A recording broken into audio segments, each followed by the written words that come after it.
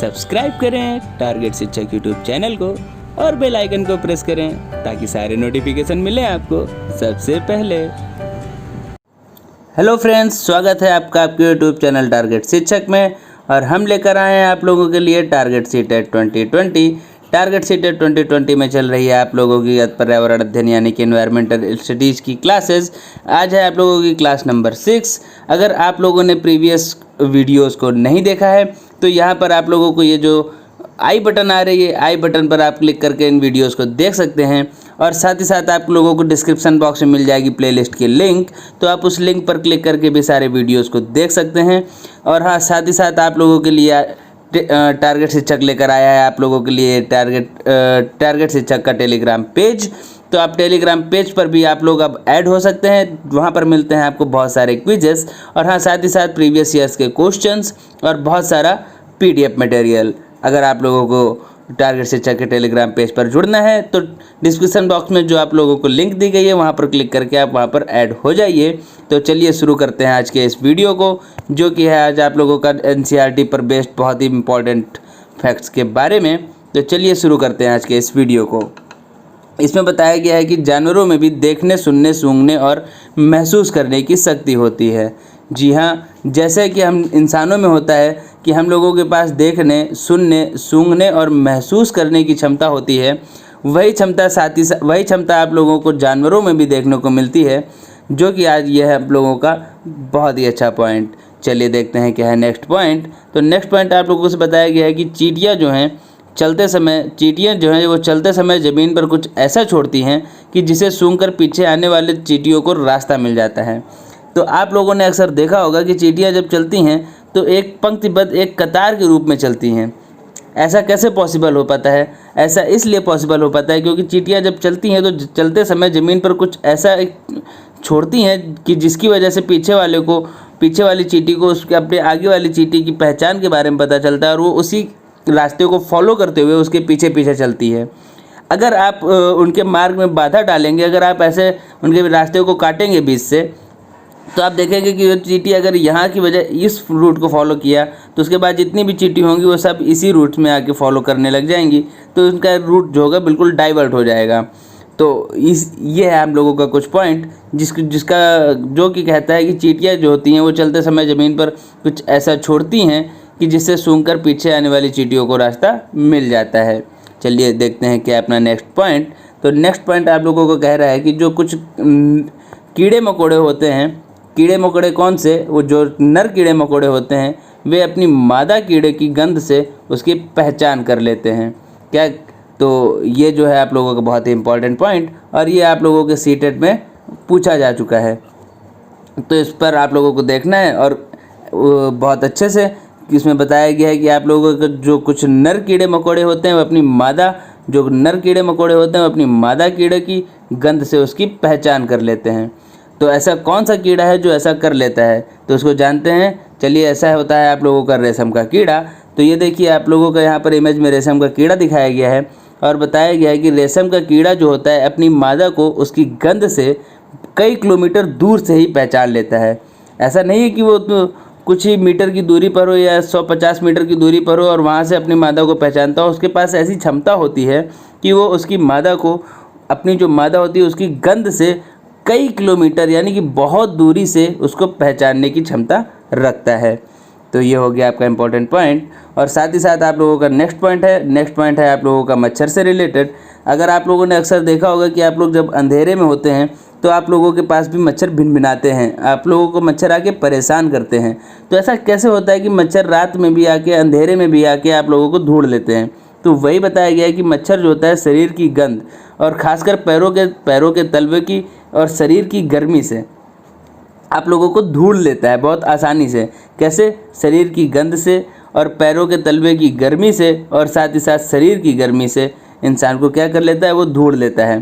तो ये होता है मच्छरों का आप लोगों का परेशान करने का कारण, क्योंकि मच्छरों के पास ऐसी क्षमता होती है कि वो शरीर की गंध से और साथ ही साथ पैरों के तलवे की और शरीर की गर्मी से इंसान को ढूंढ लेता है। चलिए देखते हैं अपने नेक्स्ट पॉइंट में। तो नेक्स्ट पॉइंट आप लोगों का आया है कुछ कुत्तों से रिलेटेड। इसमें बताया गया है कि एक कुत्ता जो होता है वो दूसरे कुत्ते को उसके मल मूत्र की गंध से जान लेता है कि उसके इलाके में बाहर का कुत्ता आया था। तो ये क्वालिटीज़ पाई जाती है आप लोगों की डॉग्स में क्वालिटीज़ पाई जाती है कि जब कोई किसी उसके इलाके की जगह अगर किसी दूसरे इलाके से वहाँ पर कोई कुत्ता आ जाता है तो वो उसके कुत्ते के मलमूत्र को सूंघ कर बता सकता है कि ये कुत्ता उसके इलाके का है या उसके इलाके का नहीं है। तो ये भी है अपने आप में बहुत ही अजीब तरीके की या बहुत ही अच्छी स्पेशलिटी आप कह सकते हैं कुत्तों की। तो देखते हैं आज का क्या नेक्स्ट पॉइंट। तो नेक्स्ट पॉइंट में हम लोगों को बताया गया है कि अक्सर हम किसी गंध से तब बहुत अधिक परेशान होते हैं जब हमारा मन उसको गंदा मानता है। अगर हम मन बना लें तो वही गंध उतनी हमें परेशान नहीं करती है।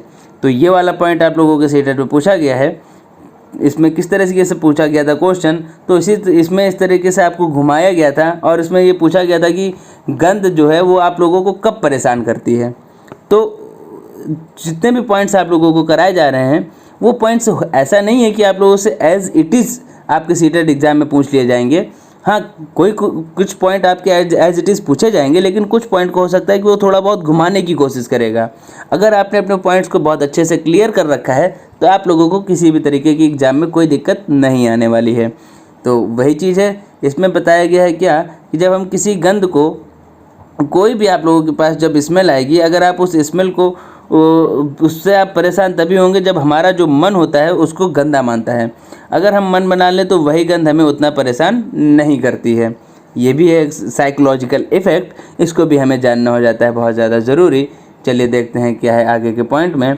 तो आगे के पॉइंट में आप लोगों को बताया गया है कि ये जो आप लोगों को चिड़ियों से रिलेटेड, जिसमें बताया गया है कि ज़्यादातर पक्षियों की आँखें जो होती हैं उनके सिर के दोनों तरफ होती हैं। देखिए जैसे आप लोगों को एक आँख इस तरफ और दूसरी आँख आप लोगों को कुछ इस तरफ दिख रही है। तो ये आप लोगों को बताया गया है कि एक आँख होती है उनके बाएं तरफ और साथ ही साथ जो दूसरी आँख होती है उनकी होती है दाएं तरफ। तो बाएं और दाएं तरफ दोनों तरफ उनकी आँखें होती हैं और जो पक्षी होते हैं एक ही समय में दो अलग अलग चीज़ों पर नज़र डाल लेते हैं। मतलब वो बाएं साइड और साथ ही साथ दाएं साइड भी एक ही बार में वो देख सकते हैं। सॉरी। और जब ये बिल्कुल सामने देखते हैं तब इनकी दोनों आंखें एक ही चीज़ पर होती हैं। मतलब ये या तो बाएं और दाएं इतनी, मतलब इनके जो देखने का दायरा होता है वो या तो बाएं और दाएं दोनों जगह एक साथ देख सकते हैं, जिससे उनके देखने का दायरा बहुत ज़्यादा बढ़ जाता है। और या तो अगर वो सामने देखते हैं तो सामने देखने पर क्या होता है तब तो वो सामने देखने पर दोनों आँखें जो होती हैं एक ही चीज़ पर होती हैं। तो उनके सामने देखने पर उनको पता चलता है कि वो चीज़ जो है वो कितनी दूरी पर स्थित है। अगर वो सामने नहीं देखकर दाएं और दाएं दोनों तरफ देखती हैं तो उससे उनका देखने का दायरा बढ़ता है कि वो कितनी चीज़ें बहुत सारे एरिए को कवर कर सकती हैं। इसी में वही बताया गया कि कई पक्षी अपनी गर्दन बहुत ज़्यादा हिलाते हैं। क्यों हिलाते हैं? क्योंकि ज़्यादातर पक्षियों की आँखों की पुतली घूम नहीं सकती है।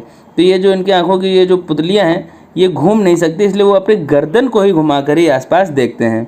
ये है आप लोगों का पॉइंट जो आप लोगों को याद रखना है कि जो उनकी पक्षियों की जो गर्दन होती है बहुत ज़्यादा हिलती है। और बहुत ज़्यादा क्यों हिलती है? क्योंकि पक्षियों की आँखों की जो पुतलियाँ होती हैं वो घूम नहीं सकती और वो अपनी गर्दन को घुमाकर आसपास की चीज़ों को देखते हैं। तो इसमें आप लोगों को क्या याद रखना है? आप लोगों को याद रखना है कि एक जगह देखने पर जो होता है दूरी का एहसास होता है। दूरी का एहसास कैसे? जैसे कि बताया कि जब पक्षी एक ही समय में दो अलग अलग चीज़ें पर नज़र डालते हैं तो वो उनके देखने का दायरा बढ़ता है। लेकिन जब वो एक ही जगह पर यानी कि सामने देखते हैं तो उनको ये पता चलता है कि वो चीज़ उनसे कितनी दूरी पर स्थित है। और अगर वो यहाँ पर बाएं साइड और दाएं साइड को भी कवर करते हैं तो उनके देखने का जो एरिया होता है वो इतने एरिया को कवर कर रहे होते हैं।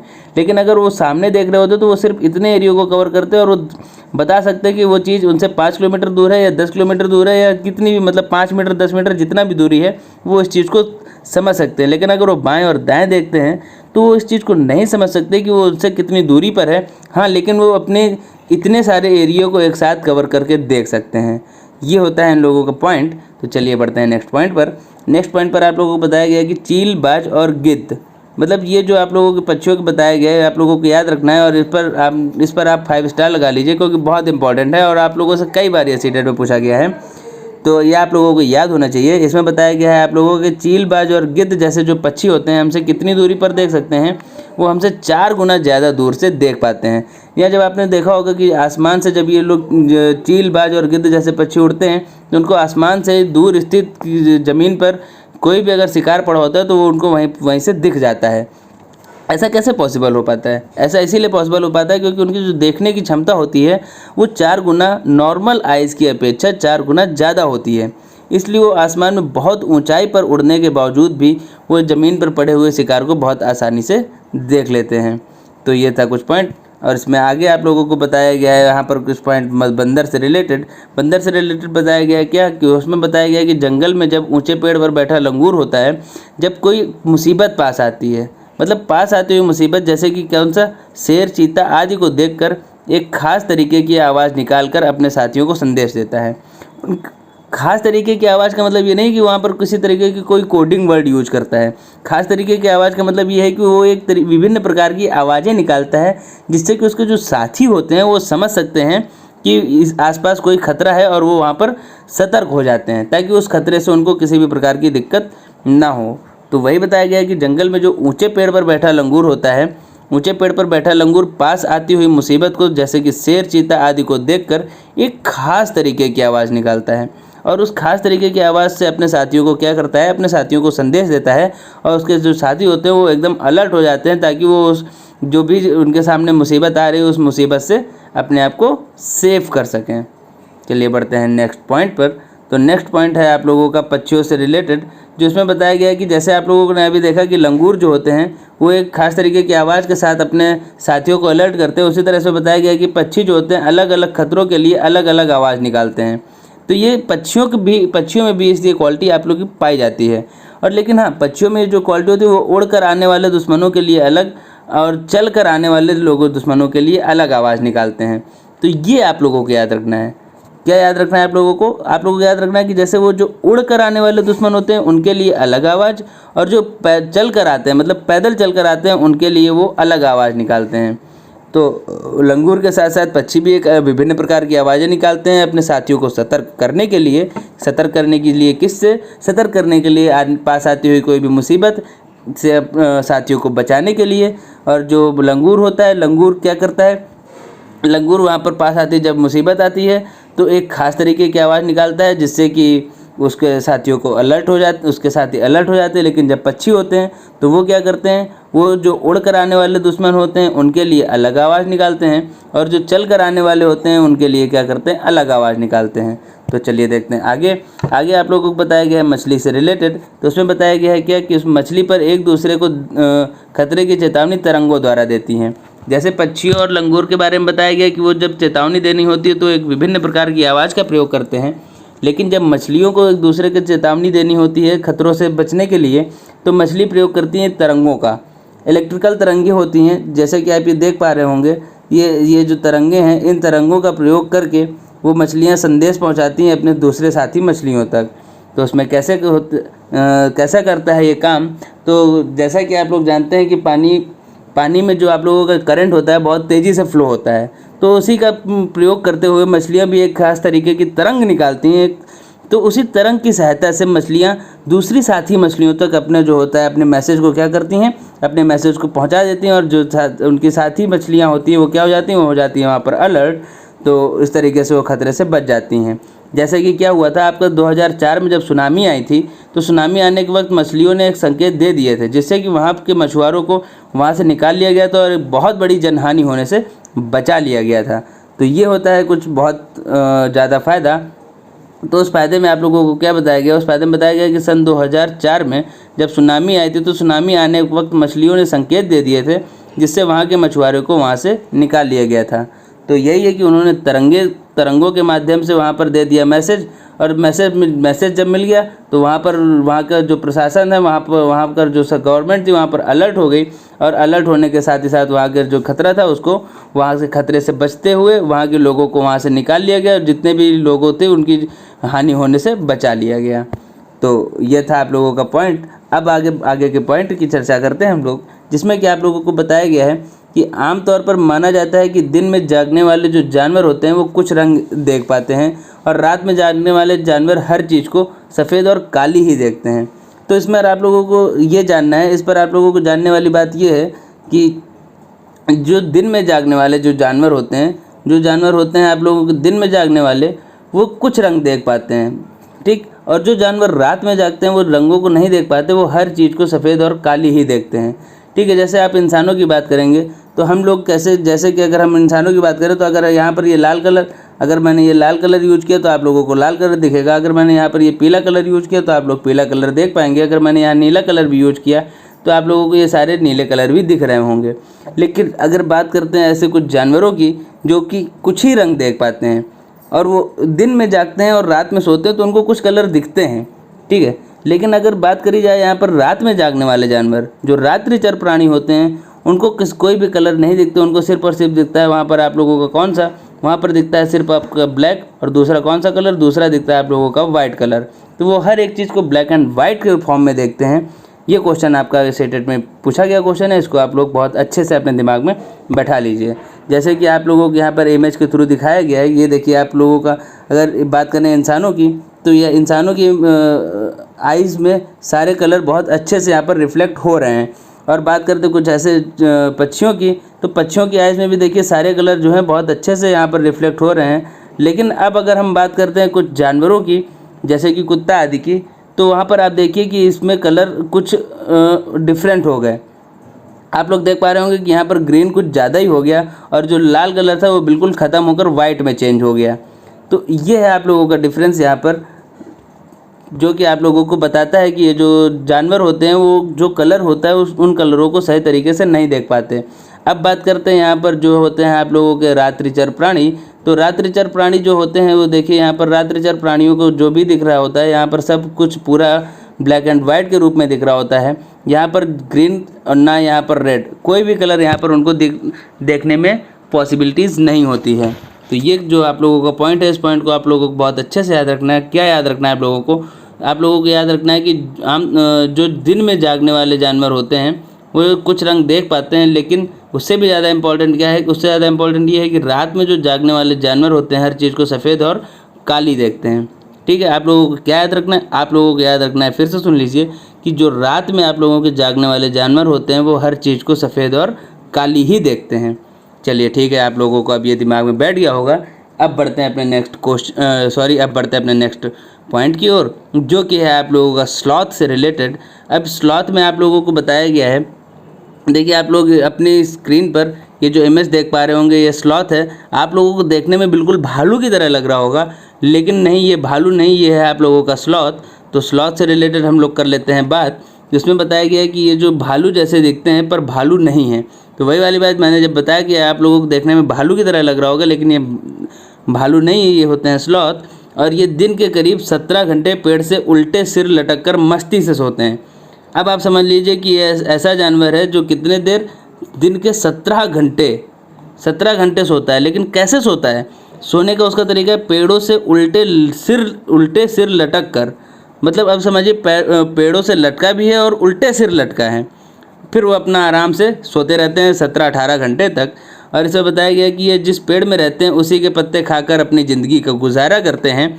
इसके लिए उनको किसी भी और दूसरे जानवरों पर या किसी भी शिकार आदि पर डिपेंड होने की ज़रूरत नहीं पड़ती है। वही है कि इसलिए इन्हें कहीं और जाने की ज़रूरत ही नहीं पड़ती। और जब ये अपने पेड़ के सारे पत्ते खा लेते हैं, ऑब्वियस सी बात है अगर वो एक पेड़ के पत्तों पर ही डिपेंड हो जाएंगे तो उस पेड़ पे जितने भी पत्ते हैं वो सारे पत्ते बहुत जल्द ख़त्म हो जाएंगे। तो वही बताया गया कि तभी वे पास के पेड़ पर जाते हैं, मतलब वो अपने जो पेड़ पर, जिस पेड़ पर रहते हैं उस पेड़ के सारे पत्तों को क्या कर लेते हैं, पत्तों को कर देते हैं ख़त्म। जब पत्ते ख़त्म हो जाते हैं तब वो चूज करते हैं क्या, तब वो चूज करते हैं वहाँ पर दूसरा पेड़, जब वो पत्तों को ख़त्म कर लेते हैं तब यहाँ पर चूज करते हैं वो दूसरे पेड़ को। और जब वो दूसरे पेड़ को, जब अपने दूसरे पेड़ पर जाते हैं तो वो क्या करते हैं, तभी वे पास के पेड़ पर जाते हैं और लगभग 40 वर्ष के अपने पूरे जीवन में मुश्किल से 8 पेड़ों पर घूमने की तकलीफ उठाते हैं। तो अब आप लोगों की यहाँ से ये पॉइंट याद रखना है कि इनका जीवन काल कितना होता है। इनका जीवन काल होता है यहाँ पर 40 वर्ष। ठीक है, तो ये आप लोगों को बहुत इंपॉर्टेंट हो जाता है। तो पहला पॉइंट आप लोगों को सबसे ज़्यादा इंपॉर्टेंट हो जाता है कि ये दिन के कितने देर सोते हैं, दिन के 17 घंटे सोते हैं। और दूसरा क्या याद होता है कि ये पत्ते खाकर पलते हैं, इनको किसी भी तरीके की शिकार की ज़रूरत नहीं होती है। और इससे भी ज़्यादा इम्पोर्टेंट क्या हो जाता है कि जब वो मुश्किल से अपने जीवन में मुश्किल से 8 पेड़ों पर घूमने की तकलीफ उठाते हैं। ठीक, और इनका जीवन काल कितना होता है, इनका जीवन काल होता है 40 वर्ष। तो आप लोगों को क्या याद रखना है, आप लोगों को याद रखना है 17 जो और ये 17 क्या है, ये 17 है आप लोगों का क्या कि ये दिन में क्या करते हैं 17 घंटे ये क्या करते हैं यहाँ पर सोते हैं। ठीक, 17 घंटे हो गया आप इनका सोने का टाइम, और सोने के बाद ये होता है इनका 40, तो 40 क्या है इनका 40 हो गया इनका जीवन काल। तो इस तरीके से आप लोगों को याद रखना है, पहले आप लोग याद करेंगे 17, 17 के बाद आप लोग याद करेंगे 40, और 40 के बाद आप लोगों को याद करना है क्या 8। ठीक, तो आप लोग इस तरीके से करके कुछ स्लॉट को याद करेंगे 17, 40, 8 करके, जिसमें कि आप लोगों को याद करना है 17 क्या हो गया, 17 हो गया उसके दिन में सोने का टाइम, और सोने के बाद क्या हो गया 40 हो गया उसकी लाइफ का ईयर, और 8 क्या हो गया 8 हो गया उसका क्या उसके दिन मतलब उसके होल लाइफ का वो कितने पेड़ों का यूज़ करता है। ठीक, तो ये हो गया उसका यूज। और साथ ही साथ जो एक पॉइंट बचता है उसको भी आप लोगों को याद रखना है। कौन सा पॉइंट बचता है, आप लोगों को पॉइंट बचता है कि वो उसी के पत्ते खाकर पलते हैं, मतलब पेड़ के पत्ते खाते हैं, और इसके लिए इस पर किसी और शिकार की इनको ज़रूरत नहीं होती है। चलिए अब बढ़ते हैं अपने नेक्स्ट पॉइंट पर, और नेक्स्ट पॉइंट आ रहा है आप लोगों का बाघ से रिलेटेड। तो बाघ से रिलेटेड बताया गया है कि बाघ क्या होता है, बाघ अंधेरे में हमसे 6 गुना बेहतर देख सकता है।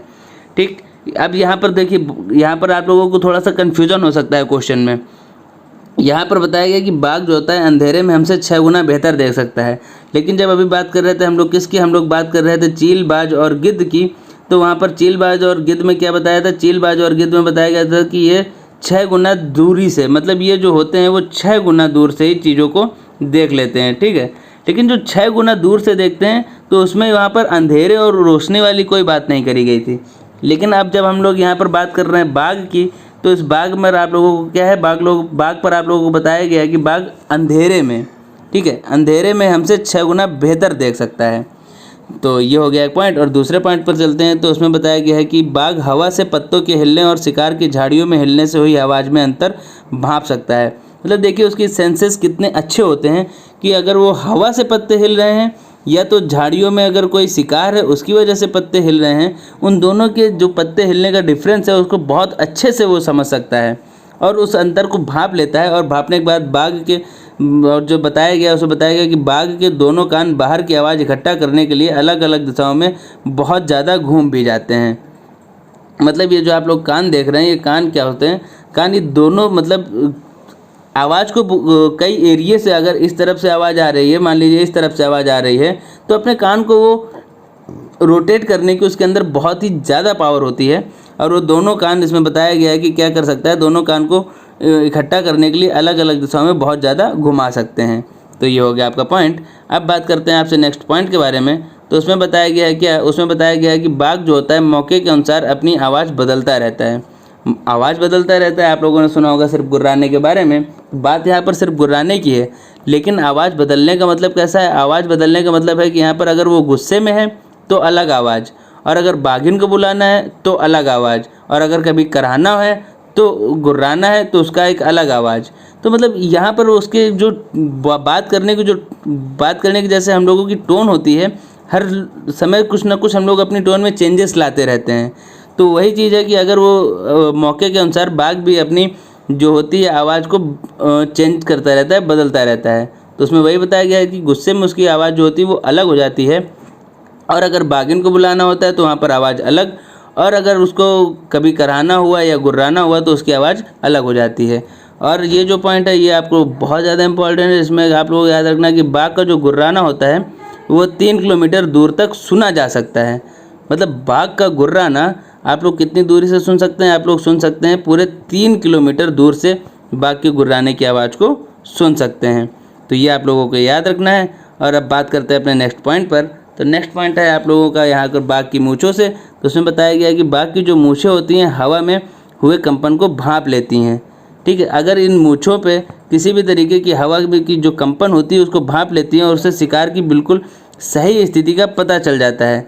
इससे वो मतलब जो मूँछें होती है उसका ये भी हेल्प करती हैं कि अगर मान लीजिए कोई इतना बड़ा उसको स्पेस मिलता है और इससे उसको निकलना होता है, तो अपनी मूँछों के एरिया से ही देखता है कि मूँछें यहाँ और इस एरिया में अगर टच हो रही हैं तो उसको पता चलता है कि होल कितना बड़ा है और उसका पूरा शरीर यहाँ से निकल पाएगा कि नहीं निकल पाएगा। और उसी तरह वो अगर शिकार की इसकी स्थिति सही से जांचनी होती है, परखनी होती है, तो उसकी मूँछें जो होती हैं हवा में कंपन को भांपती हैं और उसे शिकार की सही स्थिति का बारे में बता देती हैं। इससे क्या होता है कि इससे उन्हें जब अंधेरे में होते हैं तो रास्ता ढूंढने में मदद मिलती है। तो जैसा भी मैंने बताया कि अगर मान लीजिए कोई इतना बड़ा होल है और वहाँ से उसको निकलना होता तो मूँछों से उसको तुरंत पता चल जाता है। अगर मूँछें यहाँ इन दोनों पर टकरा रही होंगी तो उसको पता चल जाएगा कि इतना ही एरिया उसके पास है, और अगर नहीं टकराती हैं तो उसका पूरा शरीर इतने इस एरिया से बड़े ईजिली तरीके से यहाँ से निकल सकता है। और वो उससे क्या होता है, उससे ये होता है कि वो जो होता है इससे अंधेरे में रास्ता ढूंढने में बहुत हेल्प मिलती है। तो चलिए बढ़ते हैं अपने नेक्स्ट पॉइंट पर। नेक्स्ट पॉइंट पर आप लोगों को बताया गया है क्या, नेक्स्ट पॉइंट पर आप लोगों को बताया गया है कि बाघ अपने इलाके में क्या करता है, बाघ अपने इलाके में मूत्र करके अपनी गंध छोड़ते जाते हैं। ये होता है उनका एक सिग्निफिकेंट के रूप में इस चीज़ को यूज करते हैं, अपनी एक पहचान के रूप में इस चीज़ को यूज करते हैं। और कैसे यह इलाका कई किलोमीटर तक का बड़ा हो सकता है। यह इलाका मतलब जो ये बाघों का इलाका होता है बहुत कई किलोमीटर तक बड़ा हो सकता है, और एक बाघ को किसी दूसरे बाघ के मूत्र की गंध को झट से पहचान लेता है। तो मतलब ये जो लोगों की अपनी म्यूचुअल अंडरस्टैंडिंग होती है बाघों की, उसमें तो ये होता है कि लोग अपने अपने इलाके में ही रहते हैं, ठीक है। लेकिन अगर उनको ये लेकिन उनको बड़े आसानी से पता चल जाता है कैसे कि एक बाघ दूसरे बाघ के मूत्र की गंध से बड़े आसानी से पता चल जाता है कि कोई दूसरा बाघ उसके एरिया में आया था या नहीं। जैसे कि अभी आप लोगों को बताया था कुत्ते के बारे में, तो कुत्ते भी मल और मूत्र से बड़े आसानी से पता कर सकते हैं कि किसी दूसरे इलाके का कुत्ता वहाँ पर आया था या नहीं आया था। तो उसी तरीके की बात है जहाँ पर जो वो मूत्र से पता कर लेते हैं कि कोई दूसरा बाघ आया था या नहीं आया था, और फिर यहाँ पर ये बताया गया है कि फिर उस इलाके में घुसना है या नहीं है तो उस बाघ की मर्जी। तो वही वाली चीज़ है। तो चलिए बढ़ते हैं अपने नेक्स्ट पॉइंट पर, जो कि नेक्स्ट पॉइंट है आप लोगों का क्या, तो नेक्स्ट पॉइंट है आप लोगों का कालबेलिया से रिलेटेड। तो कालबेलिया में आप लोगों को बताया गया है क्या है, कालबेलिया है एक सांपों को पालने की एक प्रजाति। कालबेलिया क्या है, कालबेलिया आप लोगों की सांपों को पालने की एक प्रजाति है। और कालबेलिया क्या करते हैं, कालबेलिया अपने टिन के डिब्बे में अनेक जड़ी बूटियाँ रखते हैं। आप लोगों ने देखा होगा सपेरे वगैरह को, उसके पास एक डिब्बा टाइप होता है जिस पर वो अनेक प्रकार की क्या करते हैं, अपने अनेक प्रकार की जड़ी बूटियाँ रखते हैं जो वो जंगल से लेके आते हैं। और साथ ही साथ उनके पास एक खासियत क्या होती है, वो खासियत ये होती है कि वो सांप के डंक का जो निशान होता है उस निशान से बता देते हैं कि वो आप उस इंसान को या उस जगह को किस सांप ने काटा है। तो जब उस सांप के डंक का जो निशान होता है इस तरीके का मान लीजिए अगर कोई निशान है 3 डॉट का या 2 डॉट का, तो उसी से बता देते हैं कि वहाँ पर उसको किस सांप ने काटा है। ये होती है उनकी एक खासियत। और इससे साथ ही साथ बताया गया है कि सांपों को जो कालबेलिया लोगों की शादी होती है उसमें बेटियों की शादी में तोहफे के रूप में प्रदान किया जाता है। किसको तोहफे के रूप में प्रदान किया जाता है, सांपों को कहाँ किस में प्रदान किया जाता है, तो प्रदान किया जाता है वहाँ कालबेलिया लोगों की बेटियों की शादी में। तो आप लोगों को ये याद रखना है कि सांपों को क्या किया जाता है, तोहफे के रूप में प्रयोग कब किया जाता है, उनकी बेटियों की शादी में। और जो होता है कालबेलिया से बात करें तो उसमें बताया गया कालबेलिया नाच में भी सांप जैसी मुद्राएं होती हैं। तो कालबेलिया नाच में भी, तो इसको आपके यहाँ पर ये पता चलता है कि कालबेलिया एक तरीके का क्या होता है, कालबेलिया एक तरीके का नाच होता है जो कि वहाँ पर जब शादी बारात होती है या उनका एक कोई विशेष त्यौहार होते हैं तो वहाँ पर कालबेलिया नाच वो लोग करते हैं। तो कालबेलिया नाच में भी सांप जैसी मुद्राएँ होती हैं। अगर आप लोग कालबेलिया नाच देखना है तो मैं आप लोगों को कालबेलिया नाच का एक दृश्य दिखाता हूँ, वो कैसा होता है। कालबेलिया नाच का दृश्य कुछ ऐसा होता है, ये देखिए, ये आप लोगों को कालबेलिया नाच की एक मुद्रा दिखाई गई है जिसमें कि दिखाया गया है कि किस प्रकार से इसका ये नाच की एक कालबेलिया नाच की एक क्या है, ये एक मुद्रा है। चलिए बढ़ते हैं अपने नेक्स्ट पॉइंट पर। तो नेक्स्ट पॉइंट पर आप लोगों को बताया गया है सांपों के बारे में, जिसमें क्या बताया गया है कि हमारे देश में पाए जाने वाले सांपों में से केवल 4 तरह के सांप ही जहरीले हैं। तो ये इस पॉइंट को आप लोग बहुत अच्छे से याद रखिएगा क्योंकि इससे रिलेटेड पॉइंट भी आप लोगों से अक्सर सीटेट में पूछ लिया जाता है। तो आप लोगों को याद रखना है कि जो केवल 4 तरीके के सांप हैं जो कि हैं जहरीले, तो उसको बहुत अच्छे से याद रखिएगा। कितने तरीके के सांप हैं जो जहरीले होते हैं, वो 4 तरीके के सांप हैं जो जहरीले होते हैं। तो सर अब ये बताइए कि कौन कौन से सांप हैं जो कि जहरीले होते हैं। तो बताता हूँ कि ये जो आप लोगों का पहला है नाग, दूसरा है करैत, तीसरा है दुबोइया और चौथा है अफाई। ये होता है आप लोगों का जहरीले सांप। तो देखिए पहला है आप लोगों का ये नाग, और उसके बाद बात करते हैं ये है आप लोगों का करैत, और ये है अफाई, और ये वाला आप लोगों को जो दिख रहा है रेड कलर का, ये है आप लोगों का दुबोइया। ये सांप होते हैं आप लोगों के जहरीले। लेकिन जब ये जो सब सांप किसी को काटता है तो उसके 2 खोखले जहर वाले दांतों से उस व्यक्ति के शरीर में जहर चला जाता है। तो यही वाली चीज़ है कि जब अभी कालबेलिया वाले में बताया था आप लोगों को तो उसमें बताया था कि जब सांप किसी इंसान को काटता है तो उसके काटने के स्थान से ही बता देता है कि उसको किस सांप ने काटा है। ये भी एक खासियत है जो आप लोगों को याद रखनी है। और दूसरा पॉइंट यहाँ पर बताया गया है कि 2 खोखले जहर वाले जो दांतों से उस व्यक्ति के शरीर में जहर चला जाता है। तो आप लोगों को याद रखना है कि इंसान के शरीर में जहर कैसे जाता है। इंसान के शरीर में जहर जाता है उन जो 2 खोखले जहर वाले दांत होते हैं उसकी वजह से। तो आप लोग, और साथ ही साथ बताया गया है कि इस जहर से बचने का एक ही उपाय है कि जिस व्यक्ति को सांप ने काटा है उसे तुरंत जहर के असर को ख़त्म करने वाली दवाई यानी कि सीरम दी जाए। तो आप लोगों को बताना, सांप की जो दवा होती है उसको क्या, जो सांप को ख़त्म करने की दवा होती है उसको क्या हम लोग बोलते हैं, उसको हम लोग बोलते हैं सीरम। और ये सीरम कैसे बनाया जाता है, ये सीरम बनाया जाता है सांप के जहर से ही। तो ये है आप लोगों का पॉइंट जो आप लोगों को याद रखना है कि सांप के काटने का जो जहर होता है वो जिसको हम लोग, जिसकी दवा को हम लोग सीरम बोलते हैं, और वो बनाया जाता है आप लोगों के सांप के जहर से ही। और ये आप लोगों के सभी सरकारी स्वास्थ्य केंद्रों पर उपलब्ध होता है। तो ये थे आज आप लोगों के कुछ इंपॉर्टेंट टॉपिक्स। और आइए अब बात कर लेते हैं हम लोग अपने क्वेश्चन सेशन के बारे में। तो क्वेश्चन सेशन में आप लोगों का पहला क्वेश्चन है पहला क्वेश्चन है ये आप लोगों का, आमतौर पर यह माना जाता है कि रात में जो जागने वाले जानवर होते हैं हर चीज़ को वो देखते हैं, वो किस रंग में देखते हैं। तो चलिए अभी आप लोगों से इस क्वेश्चन को मैंने डिस्कस किया था, उसमें मैंने क्वेश्चन एक बार इंग्लिश में भी पढ़ देता हूँ। तो उसमें पूछा गया, it is believed that the animals that are awake at night तो can see object only in. तो आप लोगों को क्या बताना है, आप लोगों को बताना है यहाँ पर कलर, तो वो किस कलर में देखते हैं। तो लोग किस कलर में देखते हैं, अगर बात करूँ हरा और पीला, तो हरा और पीला तो नहीं होगा क्योंकि आप लोगों को अभी डिस्कस किया है। तो आप लोगों को याद होना चाहिए उसका ऑप्शन नंबर 3 जो कि है आपका काला और सफ़ेद, जो कि मैंने बताया था रात्रि में जागने वाले लोगों को कौन सा, तो उसके सामने निकल कर आया था ब्लैक एंड वाइट, जो कि वो लोग रात में जागने वाले जो जानवर होते हैं उनको सिर्फ और सिर्फ सारी चीज़ें किस कलर में दिखती हैं, उन लोगों को सारी चीज़ें दिखती हैं आपको सिर्फ काले और सफ़ेद में।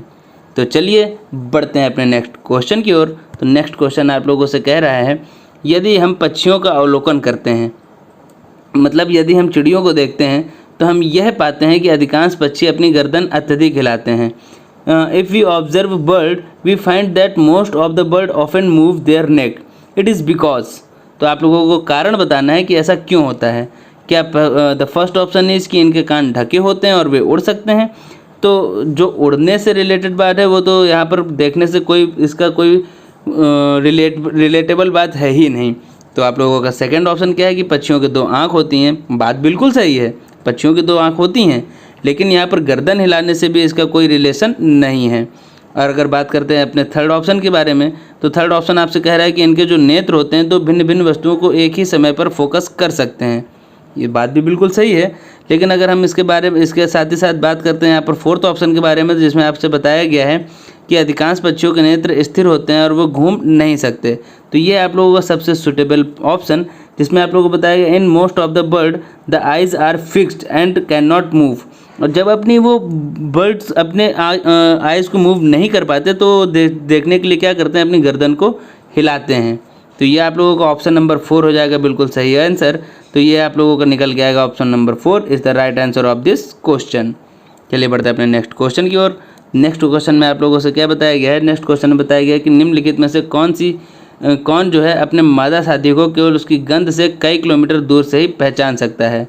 तो ये अभी क्वेश्चन में आप लोगों को अभी डिस्कस किया जा चुका है। तो अब आप लोग देखिए कि आप लोगों के लिए सीटेट के क्वेश्चन कितने ज़्यादा इजी होते जा रहे हैं हर वीडियो के साथ, क्योंकि आप लोगों के पॉइंट होते जा रहे हैं बिल्कुल क्लियर। तो इसमें आप लोगों को बताया गया which one of the following can find its female partner many kilometre away just by her smell. तो इसमें कौन सा ऑप्शन हो जाएगा, इसमें आप लोगों को पहले ही ऑप्शन जो कि आप लोगों का सिल्क वर्म दिया है, ये आप लोगों का बिल्कुल सही है। रेशम का कीड़ा जो कि अपनी मादा को कई किलोमीटर दूरी से पहचानने की क्षमता रखता है। साथ ही साथ अब चलते हैं अपने नेक्स्ट क्वेश्चन की ओर। तो नेक्स्ट क्वेश्चन आपसे कह रहा है, निम्नलिखित में से किसकी सुनने की शक्ति इतनी तीक्ष्ण होती है कि वायु से पत्ते के हिलने की और ध्वनि और घास पर किसी जानवर के चलने की ध्वनि में वो अंतर कर सकता है। तो ये अभी जस्ट हम लोगों ने इस पॉइंट को डिस्कस किया था कि क्या वो गिद्ध है। जी नहीं, बिल्कुल गिद्ध तो नहीं है। रेशम का कीड़ा भी नहीं है। गिद्ध की क्या स्पेशलिटी थी, गिद्ध की स्पेशलिटी ये थी कि वो चीज़ों को बहुत ही ऊंचाई से और बहुत ही ऊंचाई से करीब 4 गुना अच्छे तरीके से देख सकती है। और रेशम का कीड़ा की वो अपनी मादा को कई किलोमीटर दूरी से भी उसकी महक से बता सकता है। और अगर बात करें कुत्ता, तो कुत्ते के पास भी ये खासियत नहीं होती। लेकिन अगर हम लोग बात करते हैं बाघ यानी कि टाइगर की, तो टाइगर में स्पेशलिटी पाई जाती है कि वो किसी भी जानवर के चलने की आवाज़ या वायु से पत्ते की हिलने की आवाज़ में क्या कर सकता है, डिफरेंस। तो यहाँ पर हो जाएगा आप लोगों का ऑप्शन नंबर 4 हो जाएगा आप लोगों का बिल्कुल सही आंसर। चलिए देखते हैं अपना नेक्स्ट क्वेश्चन, डिस्कस कर लेते हैं अपने नेक्स्ट क्वेश्चन को।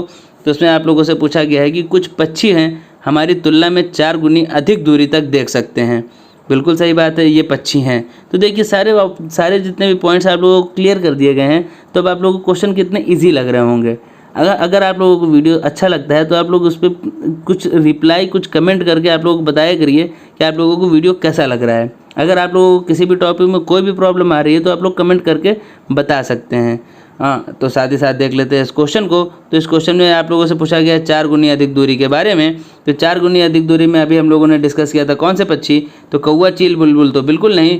कौवा, चील, बुलबुल नहीं तो बचा कौन सा आप लोगों को, यहाँ पर आ गया चील, बाज और गिद्ध। ज़्यादा टाइम ना वेस्ट करते हुए बिल्कुल सही आंसर पे हम लोग करते हैं टिक, क्योंकि ये आप लोगों का बिल्कुल सीधा सा क्वेश्चन और ये आप लोगों का सीटेट पे पूछा गया है। अब आप लोगों के लिए हो जाता है बहुत ही आसान। तो अब आइए हम लोग बात कर लेते हैं अपना शेड्यूल के बारे में। तो शेड्यूल है आप लोगों का CDP का, वो आता है रोज़ शाम को 5 बजे। कब मिलता है आप लोगों का इसका वीडियो, तो आप लोगों को इसका वीडियो मिलता है मंडे, वेडनेसडे और फ्राइडे को हर अल्टरनेट डेज पर। और साथ ही साथ आप लोगों की बात कर ली जाए अगर EVS की, तो आप लोगों को EVS के वीडियोज़ मिलते हैं डेली शाम को 5 बजे। कब, तो मिलते हैं ट्यूसडे, थर्सडे और सैटरडे को। तो ये था आज का आपका वीडियो। अगर वीडियो आपको अच्छा लगा हो तो चैनल को वीडियो को लाइक करें और हाँ, चैनल को सब्सक्राइब कर लें। और ये जो आप लोगों को बेल आइकन दिख रहे हैं इसको प्रेस करें ताकि सारी नोटिफिकेशन आप लोगों को बिल्कुल अच्छे से मिलें। और हाँ, साथ ही साथ हम लोगों के टेलीग्राम पेज की जो आपको लिंक दी गई है डिस्क्रिप्शन बॉक्स में, यहाँ पर से आप लोग टेलीग्राम पेज पर भी ऐड हो सकते हैं, जहाँ पर आप लोगों को बहुत सारी क्विजेस, क्वेश्चंस और PDF वहाँ पर अवेलेबल करा दिए जाएंगे। तो चलिए मिलते हैं आपसे नेक्स्ट वीडियो में। तब तक पढ़ते रहिए, मुस्कुराते रहिए और तब तक के लिए जय हिंद।